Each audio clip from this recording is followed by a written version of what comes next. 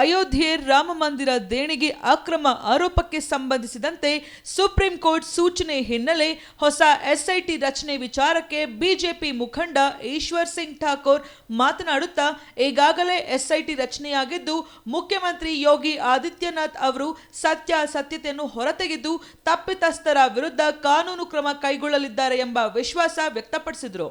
ಅಯೋಧ್ಯೆ ರಾಮ ಮಂದಿರವು ಸನಾತನ ಧರ್ಮದ ಅನುಯಾಯಿಗಳಿಗೆ ಅತ್ಯಂತ ಶ್ರದ್ಧೆಯ ಕೇಂದ್ರವಾಗಿದ್ದು ಇಂತಹ ಘಟನೆಗಳು ನಡೆಯಬಾರದಿತ್ತು ಎಂಬುದು ಎಲ್ಲರ ಭಾವನೆ ಎಂದರು.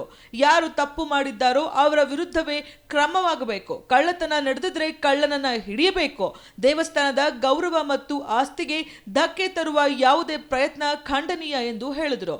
ರಾಮ ಮಂದಿರ ನಿರ್ಮಾಣಕ್ಕಾಗಿ ಅನೇಕರು ಹೋರಾಟ ನಡೆಸಿದ್ದು ಇದೀಗ ಈ ವಿಚಾರವನ್ನ ಸನಾತನ ಧರ್ಮದ ವಿರುದ್ಧ ಬಳಸುವ ಪ್ರಯತ್ನ ನಡೆಯುತ್ತಿದೆ ಎಂದು ಆರೋಪಿಸಿದರು.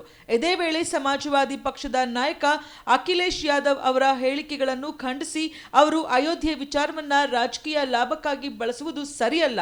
ರಾಮನ ಹೆಸರಿನೊಂದಿಗೆ ಜನರ ಭಾವನೆಗಳು ಬೆಸೆದುಕೊಂಡಿದ್ದು ಅದನ್ನು ರಾಜಕೀಯಕ್ಕೆ ಬಳಸಬಾರದು ಎಂದು ಆಗ್ರಹಿಸಿದರು. ಈಗಾಗಲೇ ಉತ್ತರ ಪ್ರದೇಶದ ಮಾನ್ಯ ಮುಖ್ಯಮಂತ್ರಿಗಳಾದಂಥ ಶ್ರೀ ಯೋಗಿ ಆದಿತ್ಯನಾಥ್ ಜಿ ಅವರು ಇದರ ಬಗ್ಗೆ ಎಸ್ಐಟಿಯನ್ನ ರಚನೆ ಮಾಡಿದ್ದಾರೆ. ರಚನೆಯನ್ನ ಮಾಡಿ ನಡೆದಂತಹ ಆ ಘಟನೆಯ ಬಗ್ಗೆ ಸಂಪೂರ್ಣವಾದಂತಹ ತನಿಖೆಯನ್ನ ಪ್ರಾಮಾಣಿಕವಾಗಿ ಮಾಡ್ತಾ ಇದ್ದಾರೆ. ಅದರಲ್ಲಿ ಸುಪ್ರೀಂ ಕೋರ್ಟ್ ಕೂಡ ಇದನ್ನೇ ಹೇಳಿದೆ. ಇದನ್ನ ರಾಜ್ಯ ಸರ್ಕಾರ ಮಾಡ್ತಾ ಇದೆ. ನಮಗೆ ಉತ್ತರ ಪ್ರದೇಶದ ಸರ್ಕಾರದ ಮೇಲೆ ಪೂರ್ಣವಾದಂತಹ ಯೋಗಿ ಆದಿತ್ಯನಾಥ್ ಜಿ ಅವರು ಪೂರ್ಣವಾದ ನಂಬಿಕೆ ಇದೆ. ಸತ್ಯವನ್ನ ನೀರಿಗೆ ನೀರನ್ನ ಹಾಲಿಗೆ ಹಾಲನ್ನ ಅವರು ಮಾಡ್ತಾರೆ ಅನ್ನುವಂತಹ ವಿಶ್ವಾಸ ಇದೆ. ಆದರೆ ಕೆಲವರು ಅಯೋಧ್ಯೆಯ ವಿಷಯ ಈ ದೇಶದ ಸಂಪೂರ್ಣ ಸನಾತನ ಬಂಧುಗಳಿಗೆ ಅತ್ಯಂತ ಶ್ರದ್ಧೆಯ ವಿಷಯ. ಇಂತಹ ಘಟನೆಯಲ್ಲಿ ನಡಿಬಾರ್ದಾಗಿತ್ತು ಅನ್ನುವಂತಹ ಎಲ್ಲರದ್ದು ಭಾವನೆ ಇದೆ. ಯಾರು ಮಾಡಿದ್ದಾರೆ ಅವರನ್ನ ದೂಷಣೆ ಮಾಡುವಂತ ಕೆಲಸ ಆಗಬೇಕು. ಆದರೆ ಸಂಪೂರ್ಣ ದೇವಸ್ಥಾನವನ್ನ ಸನಾತನ ಧರ್ಮವನ್ನ ದೂಷಿಸುವಂತ ಕೆಲಸವನ್ನ ಕೆಲವರು ಮಾಡ್ತಾ ಇದ್ದಾರೆ. ನೋಡಿ, ಕಳುವಾದಾಗ ಕಳ್ಳರನ್ನ ಹಿಡುವಂತ ಕೆಲಸವನ್ನ ಆಗಬೇಕು. ಅದನ್ನ ಬಿಟ್ಟು ಧರ್ಮದ ಮೇಲೆ ಆಸ್ತಿ ಮೇಲೆ ಧಕ್ಕೆ ಮಾಡುವಂತ ಕೆಲಸವನ್ನ ಯಾರು ಕೂಡ ಮಾಡಬಾರ್ದು. ಏನು ಮಾಡ್ತಾ ಇದ್ದಾರೆ ಅದು ತಪ್ಪು ಅಂತ ನಾನು ರಾಜಕೀಯವಾಗಿ ಬಳಕೆ ಆಗ್ತಾ ಇದೆ ಸರ್.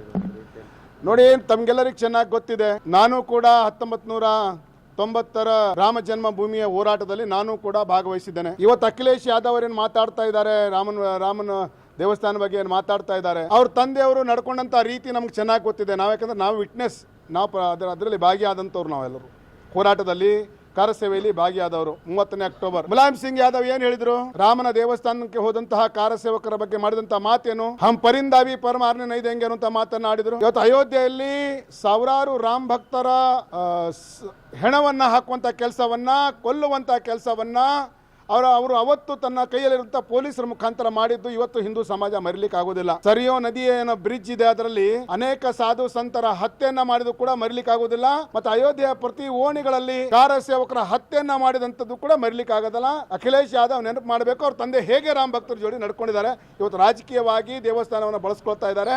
ಇದನ್ನ ಹಿಂದೂ ಸಮಾಜ, ಸನಾತನ ಧರ್ಮ ಸ್ವೀಕಾರ ಮಾಡೋದಿಲ್ಲ. ಅವರ ಇನ್ನೊಬ್ಬ ಕಾಕ ಏನ್ ಹೇಳಿದ್ದಾರೆ? ಗುಂಬತ್ ಪರ್ ತೋ ಚढ़ गए लेकिन नीचे नहीं आए, उनको हमारी ಪೊಲೀಸ್ ನೇ ಮಾರ್ ಗಿರಾಯ ಅನ್ನುವಂತ ಮಾತನ್ನ, ರಾಮ್ ಭಕ್ತರಿಗೆ ನಾವು ಕೊಂದಿದ್ದೇವೆ ಅನ್ನುವಂತ ಮಾತನ್ನ ಸದನದಲ್ಲಿ ರಾಮ್ಪಾಲ್ ಯಾದವ್ ಹೇಳಿದಾರಲ್ಲ.